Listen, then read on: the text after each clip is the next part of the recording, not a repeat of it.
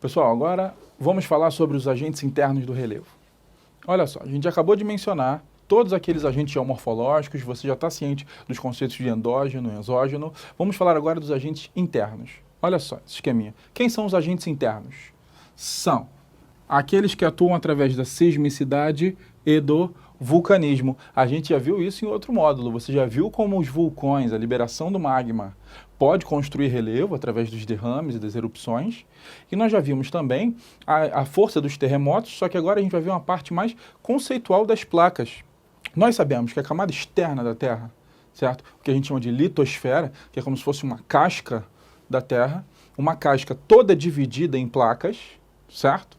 E o que acontece? Essas placas são grandes criadoras de relevo. Lembra quando a gente mencionou que os agentes internos criam relevo, certo? Que eles aumentam, criam grandes montanhas, que eles deformam a Terra?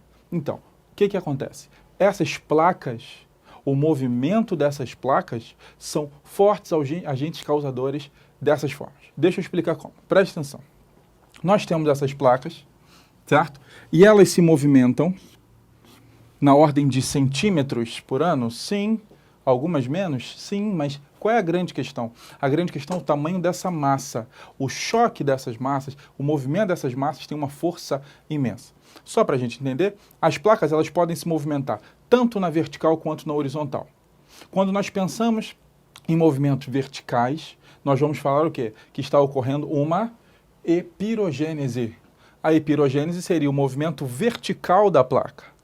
Só que olha só, por que nós não ouvimos falar tanto em epirogênese? Por que nós não estudamos essa epirogênese? Por uma razão simples, a lentidão com que esse processo acontece. E a vagarosa transformação que ela faz no relevo não torna ela um maior agente formador de relevo. Só para vocês terem uma ideia, uma das maiores epirogêneses que já foram vistas, ela conseguiu alterar em um século de movimento, ela conseguiu movimentar 31 centímetros. Levou um século para isso. Então, para estudo de novas formas de relevo, ele é um processo muito lento. O que gera essa epirogênese? Na verdade, o aumento ou o alívio de tensão. Deixa eu dar um exemplo para vocês.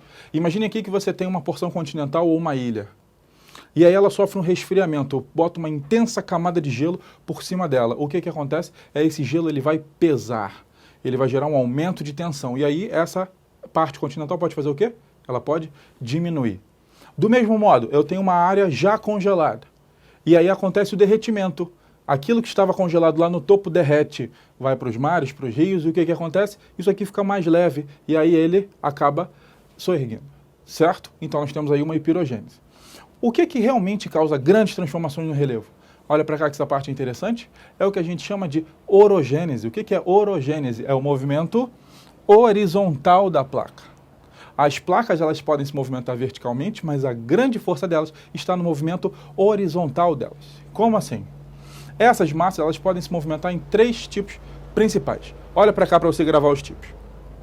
Um tipo é quando as placas vão de encontro uma outra. O encontro dessas placas vão ser chamados de movimentos convergentes. Outro tipo de movimento é quando essas placas elas estão separando.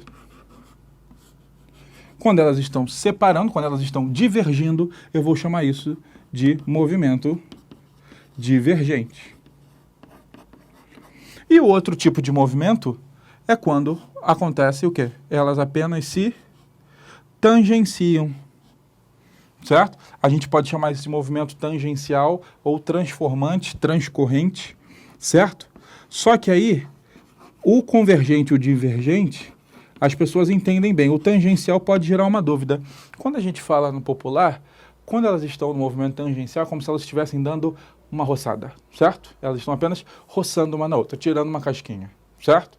Convergente ocorreu choque, divergente ocorreu a separação. Esse tangencial, elas vão roçar. E aí sim, a força é imensa. Para a gente dar um exemplo de cada, olha só. Exemplo de convergente, nós temos aqui as maiores cadeias de montanhas. Nosso exemplo aqui na América do Sul, nós temos a Cordilheira dos Andes e nós temos também um grande exemplo da maior cordilheira do mundo, a Cordilheira do Himalaia, onde fica o Monte Everest. Foram exemplos de choques convergentes. Um grande movimento divergente que aconteceu foi o quê? Foi a separação entre África e Brasil. Lembra? Quando você estudou todas as teorias, Alfred Wegener, imaginando que todos os continentes já estiveram juntos num só, formando a Pangeia, lembra disso? O que acontece? A placa brasileira e a placa africana, né? A sul-americana e a africana, elas estão separando. Tanto que entre elas, essa abertura, essa liberação de magma que acontece, forma a maior cordilheira do planeta Terra, que é uma cordilheira submarina, chamada de Mesoatlântica.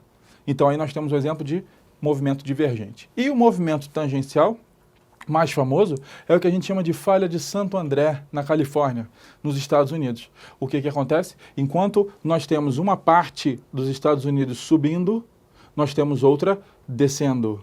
Tá? Por isso que na área da Califórnia acontecem intensos terremotos de vez em quando e a separação. Nós temos rios que eles apresentam uma descontinuidade muito forte porque a placa simplesmente movimentou, certo? Então, esses são os principais movimentos internos que o choque, a separação e até o tangenciamento formam grandes formas de relevo.